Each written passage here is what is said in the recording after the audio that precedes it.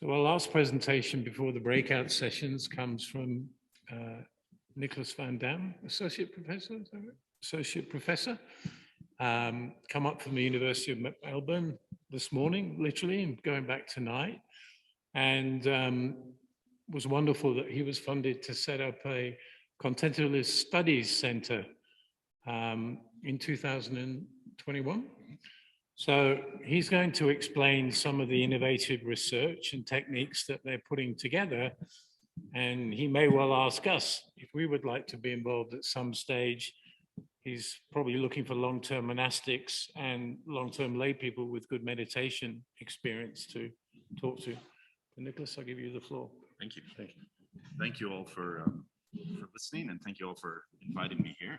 Very excited to talk to you a bit about the Contemplative Studies Center. Many of you have been quite instrumental in supporting us as we got established. And so my incredible gratitude to each and every one of you that has been involved, particularly John Brahm, for your support in getting this set up. So really, one thing just to say in terms of how the center got established, it was quite an unusual experience in that it was at the end of an hour-long conversation that didn't go particularly well, that at the end of that, within the last 5 minutes, I kind of said, we needed an academic center in the Australian context that could be a sort of a touch point or an intersection or a vehicle, I guess, by which the public and the government and other organizations could get information about contemplative practices and figure out how to get to folks like you.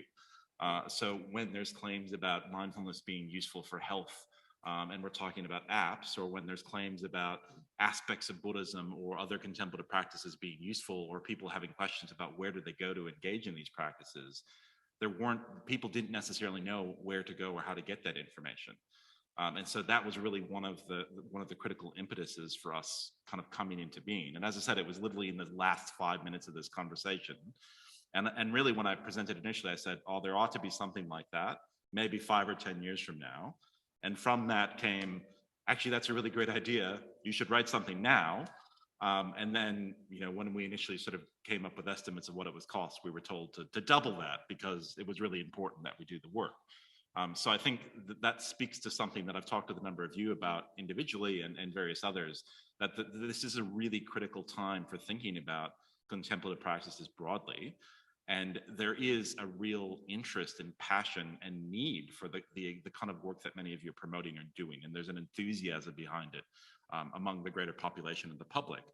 So I'd like to share a bit about what we're doing and hopefully how all of you are in your communities that you're involved in, how you could work with us if that's something that you would like to do more of. Because we certainly really value our relationship with the Buddhist community and would like to continue that however we possibly can.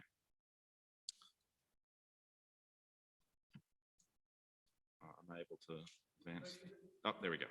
So I'll go quickly through this, but in terms of some of how we got set up and what we want to do, when we thought about the community that we wanted it to comprise people who wanted to get started. But as Venerable mentioned, we also want all of you and folks that are adept and have incredible amounts of experience, because we don't just want to give people a teaser, as it were. We want to help people who actually want to go on to become long-term monastic practitioners. We want them to figure out how they might be able to do that. And we want to understand what goes along with that so that we can describe that and characterize that in a way that makes sense and adequately represents your experiences. So for us, having practitioners as part of what we do has been really critical. Scholars and academics, and I say that meaning that it shouldn't just be people with PhDs, it should also be practitioner scholars and people who have read widely and broadly and have lived experience, as well as those who have academic degrees. We want clinicians and researchers. Again, this reflects the idea that this gets used in health and education and various other sectors. But we also want researchers, people that are exploring these effects, so that we can look at, well, what is the evidence for different types of practices, so that we can then make recommendations about should school children be doing these kinds of practices, and how do we recommend school children do these kinds of practices. And then finally, really critically for us, we wanted an opportunity to bring together secular, spiritual, and indigenous leaders in conversation. And that was a really critical one for us. when I arrived in Australia. So I moved here from the US about 7 years ago. And there really wasn't a large voice. I'm sure many of you are well aware of this and probably somewhat pained by it.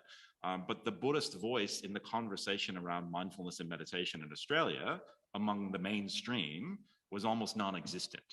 And so it was being described, mindfulness in particular was very much described as, oh, it's totally secular. And there was very little recognition of where mindfulness came from and who was best at practicing it. And that was something that we really wanted to rectify, and we're working very hard to rectify. So that's part of where we really want all of you to help us make that point and clarify where these ideas come from.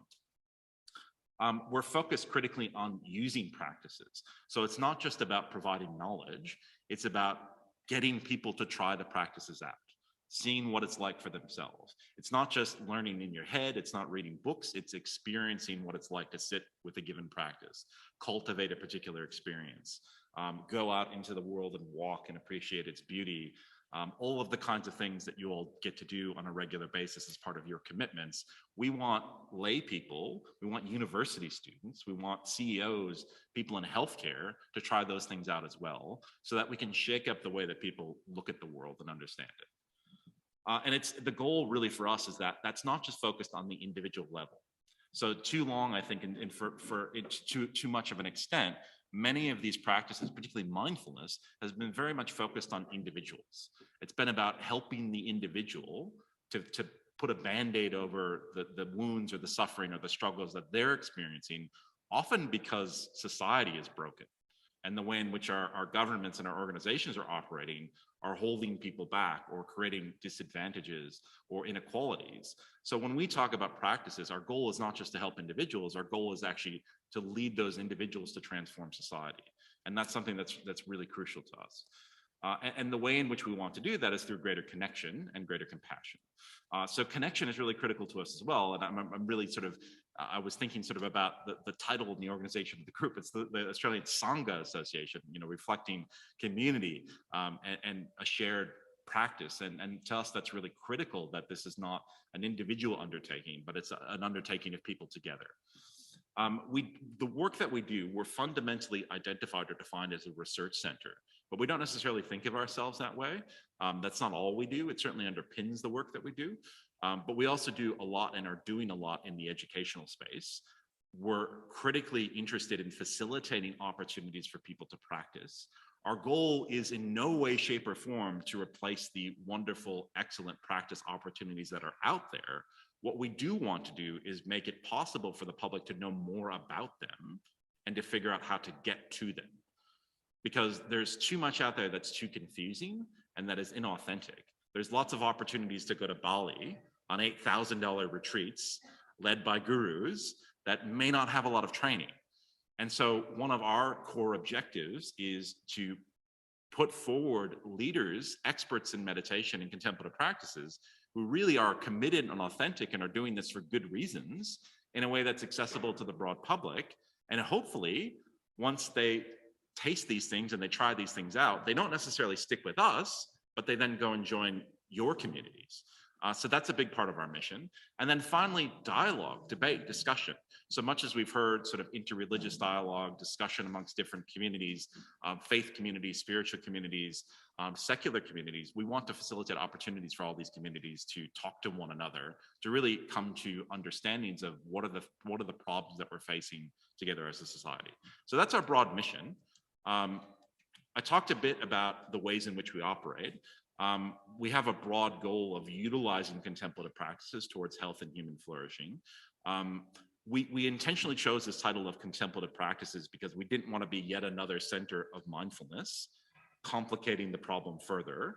We talked a little bit about maybe being a center for meditation, but then there's lots of really fascinating and wonderful contemplative practices that would get excluded by the way that people think about meditation. So when we chose contemplative practices, we thought, well, that allows us to think about things like what Indigenous communities do when they go on bushwalks, or connection to country, or what Christian communities do in prayer. So that title kind of allows us, although it creates confusion about what we might do, it allows us the flexibility to study and explore and traverse the space together with people from all different walks of life, which is something we're really excited about.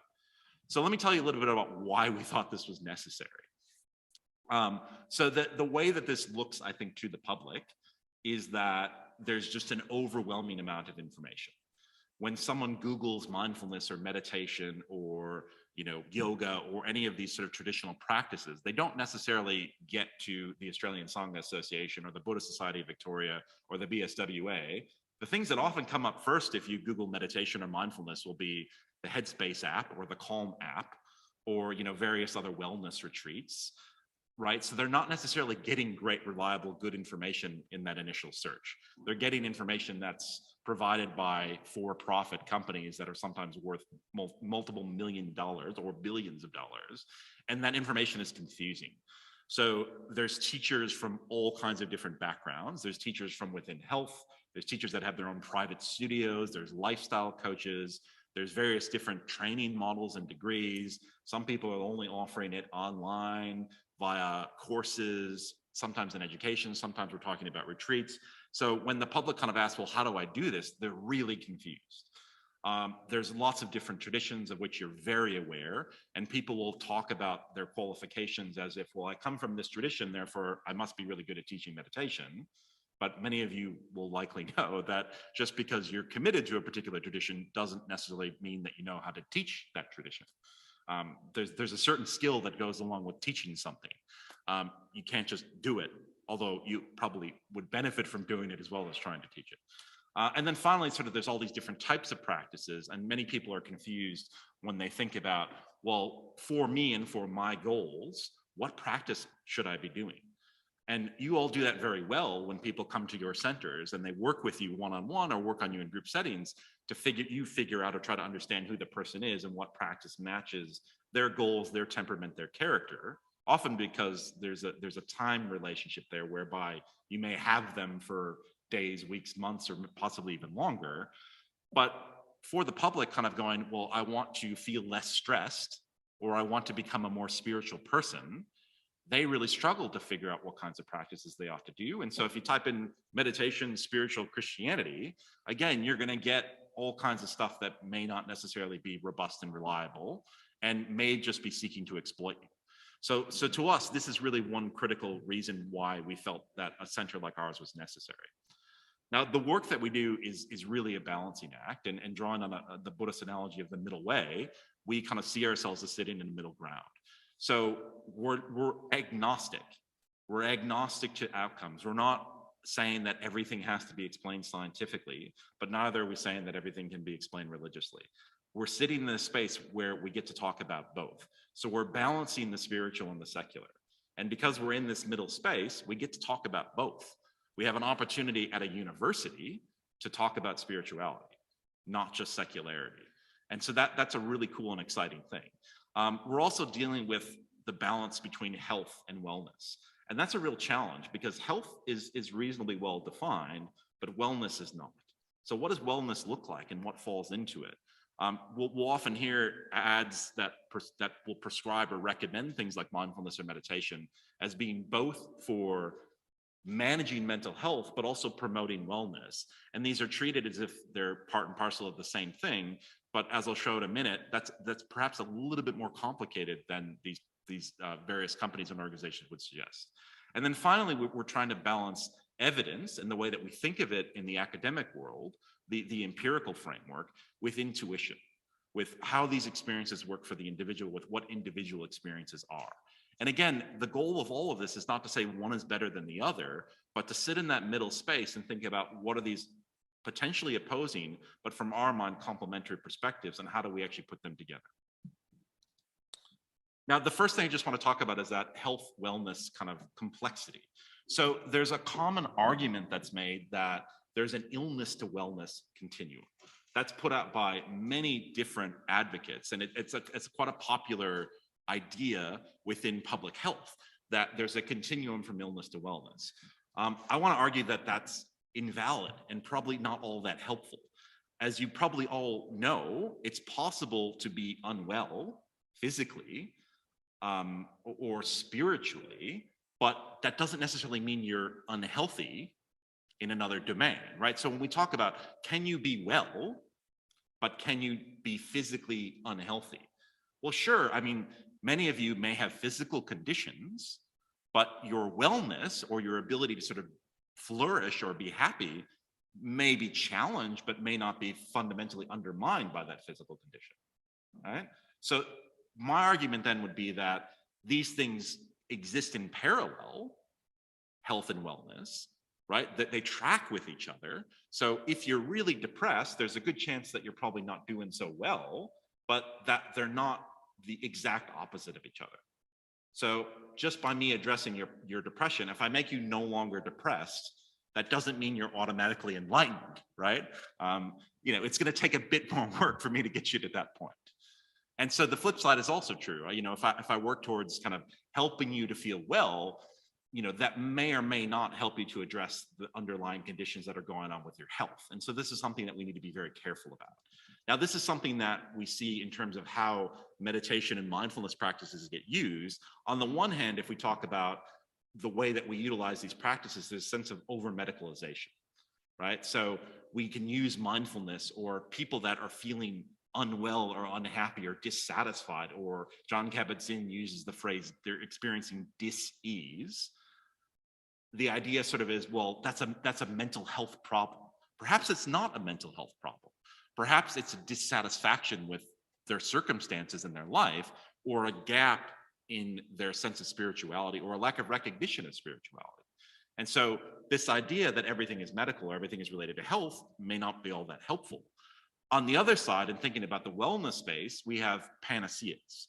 We have one-size-fits-all solutions. We have silver bullets, and we have commercialization. So that goes to these apps and these products that are out there that are, I would argue, sometimes co-opting ideas that come from traditions and selling them to people without kind of informing them of where these traditions come from or where these practices originate. So they're selling them. When I often think, I used to historically, when I talk about mindfulness, I sort of feel like, oh, I'm an academic, I ought not to present the Eightfold Noble Path. But now I pretty reliably, when I'm in front of academic audiences, I do present it, because I think if we're going to talk about mindfulness, we have to know that it has a particular spot in that path. You can't take mindfulness out of the path, right? There's other components that are there. Whether or not you agree to all of them is up to you, but you can't just take one piece and ignore the rest. You have to know the entirety of it. And so I think part of what's happening in the way that these are marketed is that they're just going, cool, here's a mental development technique, and it's an attention training process, but then there's no consideration of how you live your life, of ethics. So we go into the military and we train people to be mindful. Well, if they're going out and killing people mindfully, is that a good thing? It's great that maybe they're less likely to develop PTSD. Sure, that's something we actually absolutely want to do. But I think we really need to think seriously about, what are we actually facilitating if we're making people more attentive in their efforts to kill people? Now, the spiritual and secular thing is also complicated. Some of you may be familiar with these statistics. The landscape in the world, and in particular in Australia, is shifting a lot. So the folks that identify as either they're not really sure what they are, or they have no religion, or they're in another religion, or they're spiritual but non-religious, or they're secular Buddhist, is growing. So a greater proportion of the population is open to this idea of spirituality. And one of the things that we're really eager to do is have discussions with religious individuals about what this might mean, and to encourage people who are atheists or agnostic to explore this idea of spirituality. So what is life about for you? What is meaningful? What is purposeful? And how do you explore that? Because when I talked about that sense of dis-ease, often I think that's being driven by the sense of there's nothing meaningful in my life, or I no longer know what's meaningful. And that can be different from depression. And I think that the practices that we're promoting and the ideas that we're talking about have an ability to address that in a really critical and important way. Now, another thing that we're often balancing is this idea of evidence of intuition. Now, if you can't see this graph, this is one that I like to present, because this is data around apps on people's phones. This is mental health and meditation apps in general. But I like to point this out because many people will talk about this idea that meditation apps are wonderful. The government spends lots of money on them. We give them to lots of kids in schools. We direct them to everybody. We say, you're struggling with the problem, go download an app and it'll fix the problem. But this is the reality of it. So what you can see here in the Y, so the going up orientation, that's how many people stay engaged. And on the long axis on the bottom is the number of days since they downloaded the app. So the first thing to note is that the scale here doesn't go up to 100. So one of the things that means is that people that download apps, 30 to 40% of them aren't opening them. 30 to 40% of people who download the apps do not open them. Now, when you get to day 7, which you can see this is a very steep curve, we have 10% of the population that downloaded the app. So within a week, we've lost 90% of people. If you go out to 30 days, we're doing pretty well at about 5%. To which I would say, effective programs are only helpful if people actually use them. So it's an open question whether or not apps are helpful. They may be, but if no one actually uses them, why are we dumping all of this money into them? And this is the kind of thing that our center wants to discuss, and I'm sure all of you do as well. Now, so how are we exploring these things, and how might you get involved, and what is the relevance of all of this for you?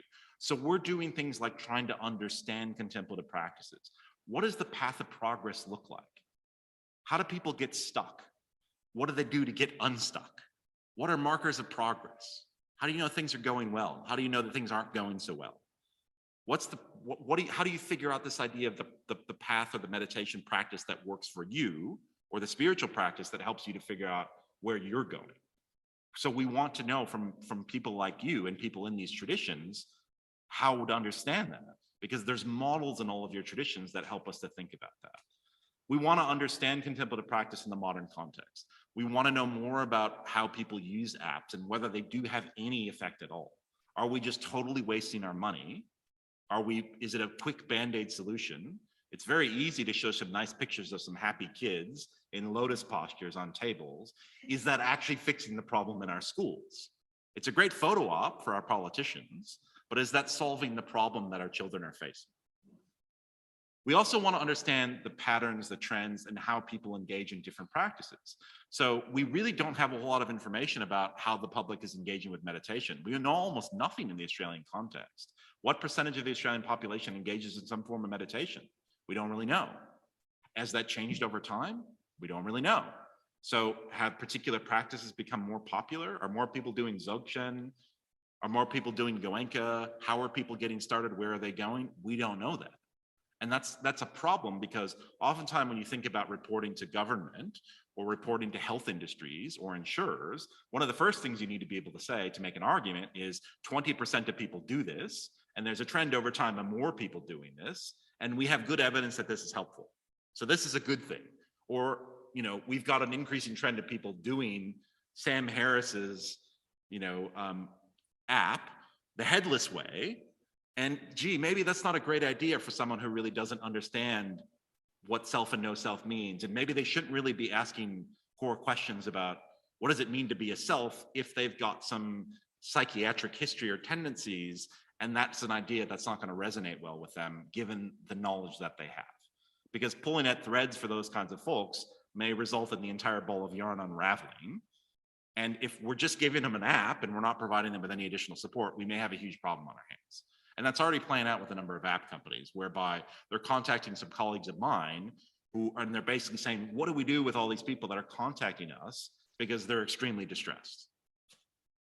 We're also looking at, and I heard earlier there was some discussion about how the Buddhist community may talk to and address the issues of ecological change, of climate change. We're also really interested in that. There's this kind of predicated or promised idea that mindfulness can solve social problems. It may not. If we're missing that ethical piece that I mentioned earlier, it's probably not going to do anything.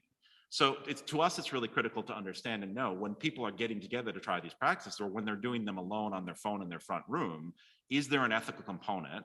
How do these practices get used towards social change? And or could they be used towards social change? And what would it look like if we were going to meet that need or that aim? And then finally, we're doing research on our own educational efforts because we want to know whether the way in which we're thinking about educating people in contemplative practices works. And the framework that we're using is one that's called contemplative pedagogy. And the idea in contemplative pedagogy is it's not just the traditional way that we do things in academia or in education. You don't just come and listen to me talk at you for 2 hours a week for 12 weeks. It's that, there's a little bit of that. I talk at you and you listen to me and hopefully I have something of value to say, but it's also then you talk to each other. Say, wow, that guy Nicholas, he has some really crazy ideas. Did you read the reading? I don't think he really understands what that reading means. So then by talking to each other, you get insight and information into how to understand the things that I'm talking about. So that's second person. But then critically for us also is first person. So we basically encourage the students to try out contemplative practices. When we talk about the traditions, we want people to try the practices in the traditions because we want them to explore for themselves what happens. So what is this practice about for you? We know what the papers say. We know what the people around you might say. What does it mean for you? What happens for you when you do it? And again, hopefully that's just giving them a taste of what they can do. So this semester, so coming up next month, we're going to launch for the first time this course called The Art and Science of Meditation. It's a first-year elective subject for students across the University of Melbourne. And we're hoping we can expand it even more broadly once we start. We're going to work out the kinks this year, hopefully, and then we want to expand it even further. The goal is to give first-year students a different way of thinking about education, of giving them exposure to different worldviews. Because I think too often students go through university and they come away with having potentially memorized some stuff, and they get a piece of paper they hang up on the wall, but they haven't really thought about what their life's about or where they want to go with it. And so our goal is that they get a bit of that. Even if it's just we planted a seed somewhere in the back of their head and they kind of just ignore it for 5 or 10 years, at least the seed's there. Maybe they'll go back to it. And then another big thing that we're working on at the moment is professional development. So for folks that are out there that are looking to upskill, that want to learn more about, well, how do we do meditation, mindfulness, contemplative practice in spiritual health settings? There's all these meditation teachers out there in the lay setting. What ought that to look like? There's psychologists that are using quote unquote mindfulness. What do we want? What things ought they to know? Who should they be in conversation with? Arguably you guys, to understand what the implications of the idea are and how they might be using it and how it can work and not work. We're also facilitating workshops and seminars that let people discuss and kind of digest this in small forums. So these are some of the various educational things we're doing. A little bit more about the professional development program. So this is something that Bamhyun Sunim has kind of flagged with us. And it's something that we're eagerly exploring, but we're trying to start thinking about how do we think about sort of the way in which there is an alternative model to the current chaplaincy training program.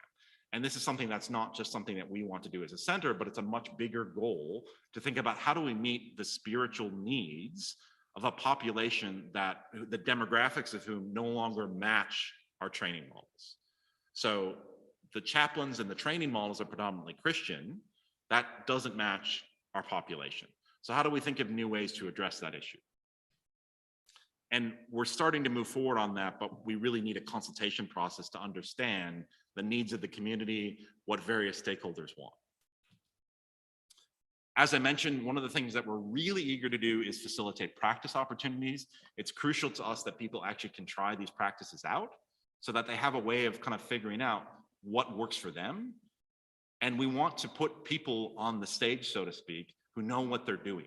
We want all of your traditions represented. We want other Buddhist traditions. We want other religious and spiritual traditions. We want other philosophical and faith traditions represented so that people can try these things and explore them and just get a sense of what they're all about.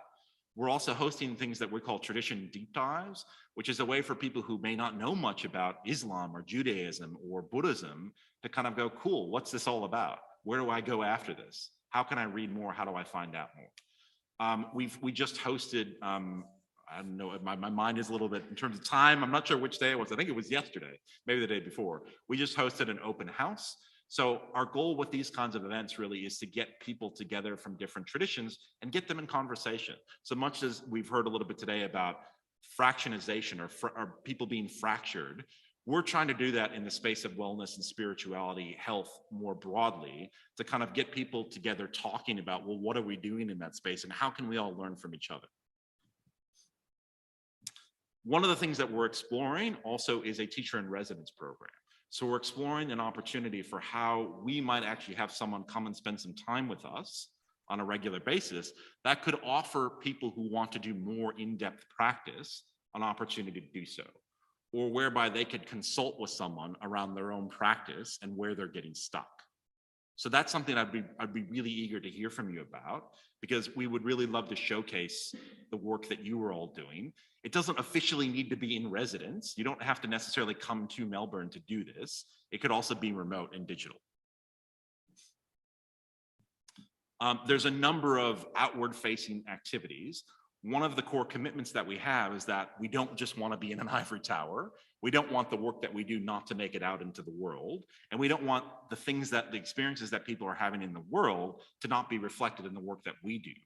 So we have a host of engagement activities. We have a professional staff member who's entirely dedicated to engagement activities. So if you have ideas, if there's things that we can as a center can help with you to talk about, if you're finding that you're struggling advancing something around the Buddhist perspective on the voice, or a Buddhist perspective on something else, or you'd like to approach us and talk about a multi-faith panel, or anything of this space, please get in touch. If you want to talk about how Buddhism can speak to climate, that's something that we've got. The Climate Futures group is right across the hall from us. The University of Melbourne's really eager to hear about that. And we have lots of different formats of these engagement opportunities to suit different populations. So some are for academics, some are for undergraduates and students, some are for a broad public, but we're also very willing to set up and think about forums that might be for people in government or policymakers. So if there's any way in which we can help you as a community, please let us know. Another initiative that I just want to briefly mention, we're currently collaborating with an organization called Cheetah House. So Cheetah House is run by a colleague of mine at Brown University, and it's designed to support meditators in distress. So we've provided some funds to make that program accessible at an extremely discounted cost to people here in Australia and New Zealand. So people who are out there on their own, who've tried practicing some form of meditation, often of the kind you find in these apps, or often going off to one of these centers, and they've had a really terrible experience, and they're experiencing extreme mental health crises, and they've tried to tell their GP or their psychologist, but their GP or their psychologist is going, meditation causing potential confusion about who you are and your sense of self? That doesn't happen. Meditation is puppies and bunnies and happy children on tables and lotus postures, right? That these aren't things that happen. So this group is really, this is their bread and butter. This is what they do. And so that's why we wanted to do this with them. So the last slide I have is just how you all might work with us and how your communities might work with us. So if you have particular research ideas, if there's things that you think we could help you to understand better, let us know. We're very open to hearing ideas. If you or people in your community would like to work with us to offer guided practice sessions to either give profile to or emphasize the work that you're doing or the type of practice you guide, let us know. We would love to do that. If you're interested sort of in working with us around the teacher in residency idea, we would love to have you. If you think there's a particular need that you're seeing among your community or the people with whom you interface around upskilling or a need for development of some kind, again, let us know. If we can run workshops or seminars for people in health, in chaplaincy, in palliative care, in education, whatever, we are very open to that. And finally, there's this opportunity in kind of other subjects that we might offer in education, whereby we're actually going to be thinking about how do we get representatives from different traditions to come and be available to students? So we're going to be looking at ways of getting them to practice meditation, but we also would like for them at some point to have an opportunity to talk to people like you all, so that they can ask you questions and that they can really actually come out and find your temples. And hopefully at the end of all of that, when they actually decide, if they decide that they want to go further, they know where to go further. So, and along with that, if you would like for us or you're eager for us to host information about your various temples and organizations as we compile resources so that people know where to go, we are very happy to do that. So we heard earlier, sometimes it's hard for people to know where to go, how to get advice about meditation, Buddhism. Again, we're very happy to host that on our website. And that may be something that is useful for us because we can then send people in the right directions, but they also then know where to go when they're looking for how to figure out how to practice in various Buddhist contexts. So that's it for me. There's information here about our link to our center, and I think my email is kicking around if you have other questions you'd like to send to me outside of this. Otherwise, I think there will be a breakout. Thank you.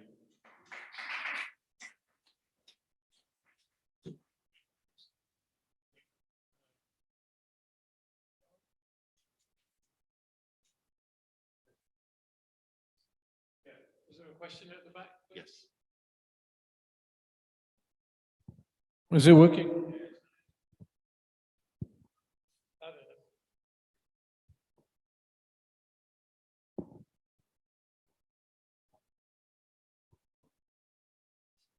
Sorry, Professor. I got a question because I heard that someone teaching one person about meditation, and then that person used to listen to the rap music, and they call rap meditation. So I would like to understand that the way we talking is promotion, or you show me the cake, but I want to taste the real cake of it, you know? Yeah, because I think that the meditation is, the Buddhist teaching is looking inner peace to find our peace. So yeah, may you explain to me a bit about the things that you've been showing? Thank you. Yeah, I'll do my best. I think, I mean, you know, I hear commonly sort of people talking about, or the commonly people say to me as I'm conversing with them, you know, oh, I do this. That's my meditation.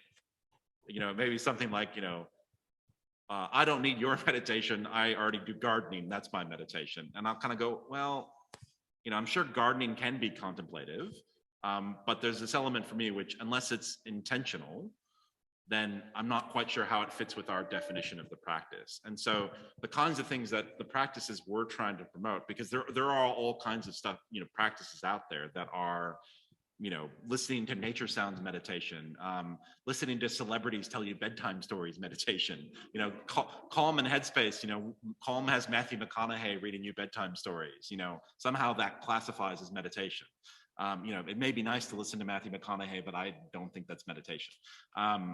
So what we're eager to promote, and I think sort of in contrast to this idea that meditation and contemplative practices can be whatever you want them to be, is that we want to promote things that meet three criteria. One is that they're authentic, so that there's really a good motivation and rationale behind it. It's not just to make money.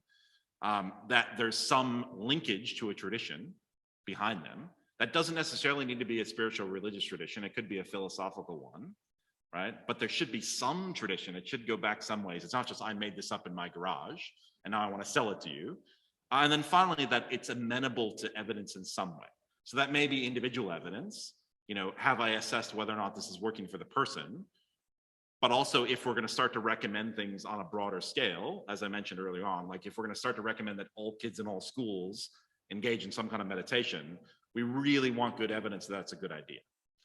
Because currently we don't have great evidence, and the current approach within Australia is that we're trying to force all kids to do some version of mindfulness. My concern is that when I have conversations with kids who have done those programs, whenever I bring up the idea of mindfulness, they go, oh, it's that coloring in thing where they make me sit quietly. I hate that. And then I have to spend a whole bunch of time explaining, actually, there's other forms of mindfulness practices that are a lot more interesting and a lot more useful than that thing. And so then we're kind of undoing a lot of damage. So I think my idea and kind of how I think about that space is, well, we need evidence to try to convince the people that are promoting that stuff to stop promoting that stuff. And we need to get to government with good evidence to suggest that it's fine to have meditation and mindfulness in schools. We just can't ram it down kids' throats. Let's make it an optional thing. And it needs to be well informed from where it comes from and how it's offered. So that's kind of how we're trying to differentiate between, you know, say rap meditation versus what we think of as sort of, you know, good meditation that we actually want to highlight or showcase. Any further questions? Nicholas, that was really great.